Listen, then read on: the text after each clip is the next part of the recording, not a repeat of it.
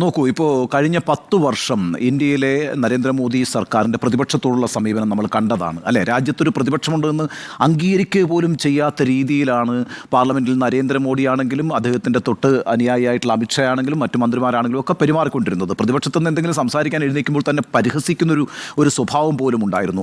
അത് ഇപ്പോൾ ഈ ഏറ്റവും അവസാനത്തെ പാർലമെൻറ്റ് എടുക്കുമ്പോൾ നമ്മളിപ്പം നേരത്തെ പറഞ്ഞ കണക്ക് 2019 അധികാരത്തിൽ വന്ന പാർലമെൻറ്റ് 17ാം ലോക്സഭ. ഈ 17ാം ലോക്സഭയാണ് ഈ രാജ്യത്തെ ഏറ്റവും കുറച്ച് കാലം സമ്മേളിച്ചിട്ടുള്ള ലോക്സഭ. അതിനൊരു ഡിഫറൻറ്റ് റീസൺ ഉണ്ട്. കാരണം വെച്ചാൽ കോവിഡ് വന്നു എന്നുള്ളതൊരു പ്രശ്നമുണ്ട്. എങ്കിൽ കൂടിയും വളരെ കുറച്ചേ ആ സഭ സമ്മേളിച്ചിട്ടുള്ളതെങ്കിൽ കൂടി 179 ബില്ലുകളാണ് 17ാം ലോക്സഭ പാസ്സാക്കിയത്. 179 ബില്ലുകൾ. ഇതിൽ 36% ബില്ലുകളും, അതായത് 1/3 ബില്ലുകൾ 1 മണിക്കൂറിൽ താഴെ സമയമെടുത്താണ് ചർച്ച ചെയ്ത് പാസ്സാക്കിയിട്ടുള്ളത്. 1 മണിക്കൂറിൽ താഴെ. ഒന്ന് ആലോചിച്ച് നോക്കുക, എത്ര പ്രധാനപ്പെട്ട നിയമനിർമ്മാണങ്ങളാണ് ഈ രാജ്യത്ത് പാർലമെൻറ്റ് നടത്തുന്നത്. അത് വളരെ വിശദമായിട്ടാണ്. ഭൂരിഭാഗം ബില്ലുകളും ചർച്ച ചെയ്യേണ്ടത് വിശദമായി തന്നെയാണ്. നമ്മൾ ഈ രാജ്യത്തെ പ്രധാനപ്പെട്ട ബില്ലുകളല്ലേ, വിമൻസ് റിസർവേഷൻ ബില്ല് ചെറിയ ബില്ലാണോ? പിന്നെ മുഖ്യ തെരഞ്ഞെടുപ്പ് കമ്മീഷണറെ തീരുമാനിക്കുന്ന ബില്ല്, അങ്ങനെ എത്ര ഇപ്പം നേരത്തെ പിന്നെ CRPC മാറ്റുന്നതുമായി ബന്ധപ്പെട്ട ബില്ല്, ഇങ്ങനെ എന്തെല്ലാം ബില്ലുകളാണ് പാർലമെൻറ്റ് പാസ്സാക്കുന്നത്. ഞാൻ പാർലമെൻറ്റ് റിപ്പോർട്ട് ചെയ്തപ്പം 1ാം UPയുടെ കാലത്താണെങ്കിലും 2ാം UPയുടെ കാലത്താണെങ്കിലും ഈ ബില്ലുകളുടെ ചർച്ച ചിലപ്പോൾ രാത്രി വരെയൊക്കെ പോകും. രാത്രി വരെ പോകും. ദീർഘമായ ചർച്ചകൾ നടന്നുണ്ട്. ഇപ്പോൾ ഈ പറഞ്ഞ തൊഴിലുറപ്പ് പദ്ധതി, രാജ്യത്തിൻ്റെ ഈ എന്താ പറയുക, പിന്നെ സാമൂഹിക അവസ്ഥയെ തന്നെ മാറ്റിമറിച്ച ഒരു ബില്ലാണല്ലോ തൊഴിലുറപ്പ് പദ്ധതി എന്ന് പറയുന്നത്. എല്ലാ മനുഷ്യർക്കും തൊഴിൽ ഉറപ്പാക്കുന്ന പദ്ധതി. അതൊക്കെ ഇന്ത്യൻ ഗ്രാമങ്ങളിൽ ഉണ്ടാക്കിയിട്ടുള്ള വികാസം, മാറ്റം എന്ന് പറയുന്നത് ചെറിയ കാര്യമല്ല. ആ ബില്ലൊക്കെ പാതിരാത്രി വരെ ചർച്ച ചെയ്തിട്ടാണ് പാസ്സാക്കുക. അപ്പോൾ ഈ പത്രക്കാരായിരിക്കുന്ന ആളുകൾക്ക് ഫ്രീ ആയി ഭക്ഷണം തരും ലോക്സഭയിൽ. പ്രിയരഞ്ജൻ ദാസ് മുൻഷിയൊക്കെ പാർലമെൻ്ററി കാര്യമന്ത്രി ആയിരിക്കുമ്പോഴത്തേക്കും പ്രസ് ഗാലറി നോക്കി പറയും, നിങ്ങൾ വെച്ചാണ്ടിരിക്കുമെന്നറിയാം, ഇന്നിപ്പോൾ നിങ്ങളുടെ രാത്രിയിലത്തെ ഭക്ഷണം ഫ്രീ ആണ് കേട്ടോ, ക്യാൻറ്റീനിൽ നല്ല ഭക്ഷണമൊക്കെ ഏർപ്പാടാക്കിയിട്ടുണ്ടെന്ന് പറയും. അന്ന് അഹമ്മദ് ആയിരുന്നു ഈ ക്യാൻറ്റീൻ്റെ ചുമതലക്കാരൻ. അപ്പോൾ നല്ല ഗംഭീര ഭക്ഷണമാണ്. അഹമ്മദ് സാഹിബ് നല്ല ഭക്ഷണപ്രിയനുമാണല്ലോ. അപ്പോൾ അങ്ങനെയൊക്കെ ഞാൻ പറയുന്നത് ഒരു അനുഭവമാണ്. അത്ര വിശാലമായ ചർച്ചകളാണ് പാർലമെൻറ്റിൽ ഈ ബില്ലുകളുമായിട്ടൊക്കെ വന്നിട്ടുള്ളത്. ഇപ്പോൾ എന്താ ഞാൻ ചൂണ്ടിക്കാണിച്ച കണക്കെന്ന് പറയുന്നത് 36% ബില്ലുകൾ 1 മണിക്കൂറിൽ താഴെയാണ് 3/1 ബില്ലുകൾ പാസ്സാക്കുന്നത്. നേരത്തെ അരുൺ പറഞ്ഞ കണക്ക് കറക്റ്റാണ്. 16% ബില്ലുകൾ മാത്രമാണ് എക്സ്പേർട്ട് കമ്മിറ്റിയിലേക്ക് പോയിട്ടുള്ളത്. ബാക്കി 84% എന്ന് പറഞ്ഞാൽ ടക്കനെ അങ്ങ് പാസ്സാക്കുകയാണ്. 58% ബില്ലുകളും പാസ്സാക്കിയിട്ടുള്ളത് 2 ആഴ്ചയ്ക്കുള്ളിലാണ്. 2 ആഴ്ചയ്ക്കുള്ളിൽ 58%. അതായത് എക്സ്പേർട്ട് കമ്മിറ്റിയിലേക്ക് പോകുന്നില്ല. സർക്കാർ ഒരു ബില്ല് കൊണ്ടുവരുന്നു, അത് പിന്നെ സാങ്കേതികമായി അവതരിപ്പിക്കപ്പെടുന്നു, എന്നിട്ട് അതങ്ങ് പാസ്സാക്കുന്നു. ഇതായിരുന്നു അവസ്ഥ എന്ന് പറയുന്നത്. അതിനി അങ്ങോട്ടേക്ക് നടക്കാൻ കഴിയില്ല. എന്ന് മാത്രവുമല്ല, ഏതാണ്ട് 206ഓളം MP-മാരെയാണ് കഴിഞ്ഞ ലോക്സഭയിൽ നിന്ന് സസ്പെൻഡ് ചെയ്തിട്ടുള്ളത്. ഈ 206 MP-മാരിൽ നമ്മൾ കണ്ടല്ലോ, ഒരു ദിവസം ഒറ്റയടിക്ക് 79 MP-മാരെ പുറത്താക്കി. ലോക്സഭയുടെ ചരിത്രത്തിലാദ്യമാണ് 79 പ്രതിപക്ഷ MP-മാരെയാണ് ഒറ്റയടിക്ക് പുറത്താക്കിയത്. രണ്ടാമത്തെ ദിവസം 49 MP-മാരെ ഒറ്റയടിക്ക് പുറത്താക്കി. എന്തായിരുന്നു MP-മാരെ പുറത്താക്കാനുള്ള കാരണം? അവരൊരു ഡിബേറ്റ് ആവശ്യപ്പെട്ടു. എന്താ ഡിബേറ്റ്? ഈ ഡിബേറ്റ് എന്ന് പറയുന്നത് നമുക്കറിയുന്നത് പോലെ തൊഴിലില്ലായ്മയ്ക്കെതിരായിട്ട് പ്രതിഷേധവുമായി 2 യുവാക്കൾ ലോക്സഭയുടെ തളത്തിലിറങ്ങി. അവർക്ക് അവിടെ എങ്ങനെ ഇറങ്ങാൻ കഴിഞ്ഞു? അതൊരു ബ്രീച്ച് ഓഫ് സെക്യൂരിറ്റിയാണ്. ആ ബ്രീച്ച് ഓഫ് സെക്യൂരിറ്റി ലോക്സഭ ചർച്ച ചെയ്യണമെന്ന് ആവശ്യപ്പെട്ടു. ആ ആവശ്യപ്പെട്ടതിൻ്റെ അടിസ്ഥാനത്തിൽ വലിയ ബഹളമുണ്ടായി. ചർച്ച ചെയ്യാൻ സർക്കാർ തയ്യാറായില്ല. എന്താ പറഞ്ഞത്?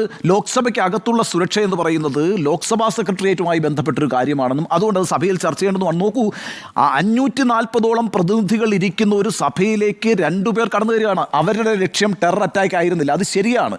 രാജ്യത്ത് തൊഴിലില്ലായ്മ നിലനിൽക്കുമ്പോൾ അതിൻ്റെ പ്രതിഷേധം അറിയിക്കുവാൻ വേണ്ടിയിട്ടാണ് അവരവിടെ കയറിയതെന്നുള്ളത് ശരിയാണ്. എങ്കിൽ പോലും 2 പേർക്ക് അവിടെ കടന്നു കയറാൻ കഴിയുമെന്നുള്ളത് നമുക്കറിയാമല്ലോ. 2001 ഡിസംബർ 13-ാം തീയതി ഇന്ത്യ ഞെട്ടിപ്പോയ സംഭവമാണല്ലോ പാർലമെൻറ്റ് അറ്റാക്ക് എന്ന് പറയുന്നത്. ഓഫ് കോഴ്സ് അതൊരു ടെററിസ്റ്റ് അറ്റാക്ക് തന്നെയായിരുന്നു. ആ അറ്റാക്ക് എന്ന് പറയുന്നതിന് സമാനമായ ഒരു അറ്റാക്ക് തന്നെയാണ്. അറ്റാക്ക് എന്ന് പറയുന്നത് ടെററല്ല, അല്ലെങ്കിൽ ഒരു പ്രതിഷേധമാണെന്ന് പറഞ്ഞിട്ട് കാര്യമില്ല. ഒരെണ്ണം സീരിയസും ഒരെണ്ണം നോൺ സീരിയസും എന്ന് പറയാൻ കഴിയില്ല. ബ്രീച്ച് ഓഫ് സെക്യൂരിറ്റി ഉണ്ട്. അതിനുശേഷം എന്താണ് ദൈനിക് ജാഗരൺ എന്ന് പറയുന്ന പത്രത്തിന് ഇന്ത്യൻ പ്രധാനമന്ത്രിയായിട്ടുള്ള നരേന്ദ്രമോദി ഒരു അഭിമുഖം കൊടുത്തിട്ട് പറഞ്ഞെന്താണെന്നറിയോ? ഞങ്ങൾ അന്വേഷിക്കുന്നുണ്ട്, ദാറ്റ് വിൽ ബി ഇൻവെസ്റ്റിഗേറ്റഡ്. പക്ഷേ അത് ഡിബേറ്റ് ചെയ്യപ്പെടത്തില്ല.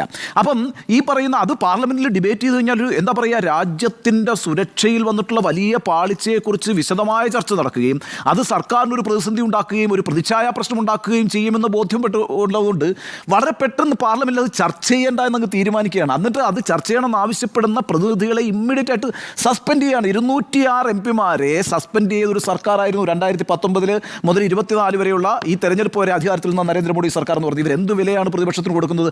നമ്മൾ പറയുമല്ലോ, നമ്മുടെ രാജ്യത്ത് പ്രാതിനിധ്യ ജനാധിപത്യമാണുള്ളത്. എന്താണ് പ്രാതിനിധ്യ ജനാധിപത്യം? ജനങ്ങൾ തിരഞ്ഞെടുക്കുന്ന ആളുകൾ പോയിട്ട് ചർച്ചകൾ നടത്തി രാജ്യത്തിന് വേണ്ട നിയമനിർമ്മാണങ്ങൾ നടത്തുന്നു എന്നുള്ളതാണ്. അപ്പോൾ അവിടെ ഒരു പാർട്ടിക്ക് ഒരു പ്രതിനിധിയേ ഉള്ളൂ എന്ന് വിചാരിക്കുക. ആ പ്രതിനിധിയെ പോലും നന്നായി കേൾക്കണം. മാത്രമല്ല, നമ്മുടെ ഒരു കീഴ്വഴക്കം എന്ന് പറയുന്നത്, ഇപ്പോൾ ഒരു പ്രതിനിധി എഴുന്നേറ്റ് നിൽക്കുന്ന പറയുമ്പോൾ അയാൾ ഒറ്റയ്ക്കങ്ങ് എഴുന്നേറ്റ് നിൽക്കുകയല്ലോ. അയാളുടെ പിന്നിൽ ഒരു 10 ലക്ഷം പേരില്ലേ? കാരണം 10 ലക്ഷം പേരോ 11 ലക്ഷം പേരോ ഒക്കെ വോട്ട് ചെയ്തിട്ടല്ലേ ഒരാളെ ഇങ്ങോട്ടേക്ക് അയക്കുന്നത്. അപ്പോൾ അയാളെ കേൾക്കാനുള്ള ബാധ്യത എന്ന് പറയുന്നത് 10 ലക്ഷം പേരെ കേൾക്കാനുള്ള ബാധ്യതയാണ് സർക്കാരിനുള്ളത്. പ്രത്യേകിച്ച് ഇപ്പോൾ പ്രധാനപ്പെട്ട ചില വലിയ പാർട്ടികളിൽ ഒരു ബില്ലുമായി ബന്ധപ്പെട്ട് 3-4 ആളുകൾ സംസാരിക്കും. അപ്പോൾ അവർക്ക് പ്രത്യേകമായിട്ട് സമയം അനുവദിച്ചു കൊടുക്കും. അതേസമയം ഒരു പാർട്ടിയിൽ ഒരാളെ ഉണ്ടെങ്കിൽ അയാൾക്ക് കൂടുതൽ സമയം അനുവദിക്കുക എന്നുള്ളതാണ്. കാരണം വെച്ചാൽ മറ്റേ പാർട്ടികളിൽ നിന്ന് 4-5 ആളുകൾ സംസാരിക്കുമ്പോൾ ചിലപ്പോൾ 3-2 മണിക്കൂറൊക്കെ കിട്ടിയെന്നിരിക്കും. ഇയാൾക്ക് ആകപ്പാടെ ഒരു പ്രതിനിധിയേ ഉള്ളൂ, അയാൾക്ക് 10 മിനിറ്റ് കൊടുക്കുന്നത് നീതികേടാണെന്ന് മനസ്സിലാക്കിയിട്ടുണ്ട്. അതാണ് ഈ വിശാലമായ ജനാധിപത്യം എന്ന് പറയുന്നത്. അയാൾക്ക് ചിലപ്പോൾ 1 മണിക്കൂർ കൊടുത്തെന്നിരിക്കും. അങ്ങനെയൊക്കെയുള്ള കീഴ്വഴക്കങ്ങളിലും ഒക്കെ പാലിച്ചു പോരുന്ന ഒരു ജനാധിപത്യ സമ്പ്രദായമാണ് നമ്മളുടേത്. അവിടെയാണ് ഈ പറഞ്ഞ കഴിഞ്ഞ 10 വർഷമായി ഏകപക്ഷീയമായി പ്രതിപക്ഷത്തെ മൈൻഡ് ചെയ്യേണ്ട കാര്യമില്ല എന്ന് തീരുമാനിച്ചുകൊണ്ട് സഭയിലേക്ക് വരിക ഒരു അഡ്ജോൺമെൻറ്റ് മോഷൻ. കഴിഞ്ഞ ലോക്സഭയിൽ ഒരൊറ്റ അഡ്ജോൺമെൻറ്റ് മോഷൻ അനുവദിച്ചിട്ടില്ല. അടിയന്തരമായി എന്തെല്ലാം കാര്യങ്ങൾ സഭ നിർത്തിവെച്ച് ചിലപ്പോൾ അടിയന്തരമായി പാർലമെൻറ്റ് ചർച്ച ചെയ്യേണ്ട പല വിഷയങ്ങളുണ്ട്. നമ്മൾ നിയമസഭയിൽ കാണുന്നതല്ലേ. അതുപോലെ തന്നെ ലോക്സഭയ്ക്കും അതേ റൂൾസ് തന്നെയാണുള്ളത്. ആ റൂൾസ് പ്രകാരം രാജ്യത്ത് എന്തെങ്കിലും ഒരു പ്രശ്നമുണ്ടായാൽ ആ പ്രശ്നം അടിയന്തരമായി ഏത് എം പിക്കും അവതരിപ്പിക്കാനുള്ള അവകാശമുണ്ട്. അവതരിപ്പിക്കുകയും പാർലമെൻറ്റ് ഗൗരവത്തോട് ചർച്ച ചെയ്യേണ്ട വിഷയമാണെങ്കിൽ ചർച്ച ചെയ്യുകയും വേണം. ഈ കഴിഞ്ഞ 10 വർഷത്തിൽ ലാസ്റ്റ് ലോക്സഭയിൽ ഒരൊറ്റ അഡ്ജോൺമെൻറ്റ് മോഷൻ വന്നിട്ടില്ല, അനുവദിച്ചിട്ടില്ല. മോഷൻ വരാത്തതല്ല, മണിപ്പൂർ അടക്കമുള്ള പ്രശ്നങ്ങൾ നിൽക്കുമ്പോഴാണെന്ന് ആലോചിക്കണം. ഒരു അഡ്ജോൺമെൻറ്റ് മോഷനും അനുവദിച്ചിട്ടില്ല. ഈ രീതിയിലാണ് പ്രതിപക്ഷത്തെ കൈകാര്യം ചെയ്തിരുന്നത്. എന്നാൽ ഇപ്പോഴുള്ള 2024 അധികാരത്തിൽ വന്നിരിക്കുന്ന അല്ലെങ്കിൽ നിലവിൽ വന്നിരിക്കുന്ന പാർലമെൻറ്റിൽ നേരത്തെ ചൂണ്ടിക്കാണിച്ചതുപോലെ 234 അംഗ പ്രതിപക്ഷമാണുള്ളത്. കഴിഞ്ഞ പ്രാവശ്യത്തേക്ക് ഒരു പ്രശ്നം എന്താണെന്നറിയാം? ദുർബലമാണ് പ്രതിപക്ഷം.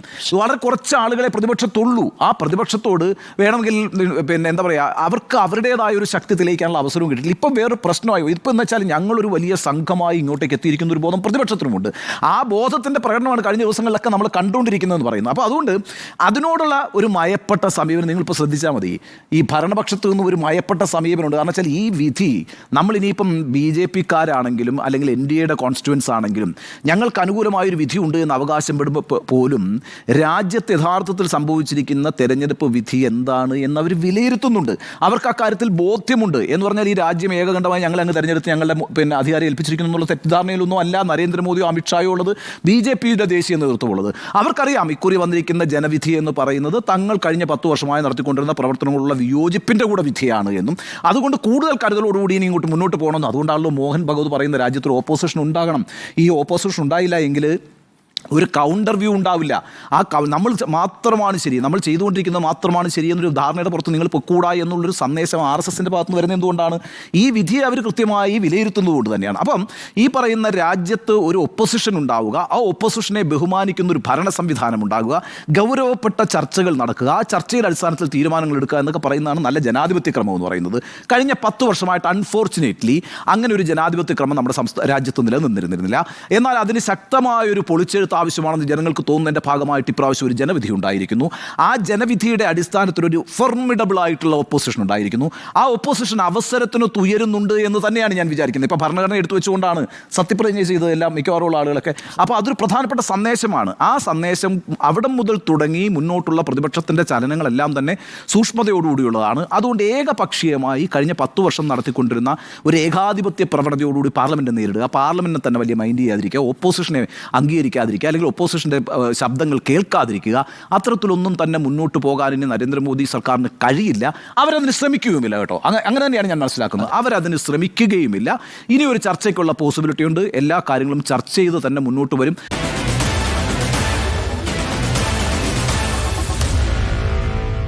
Meet the editors.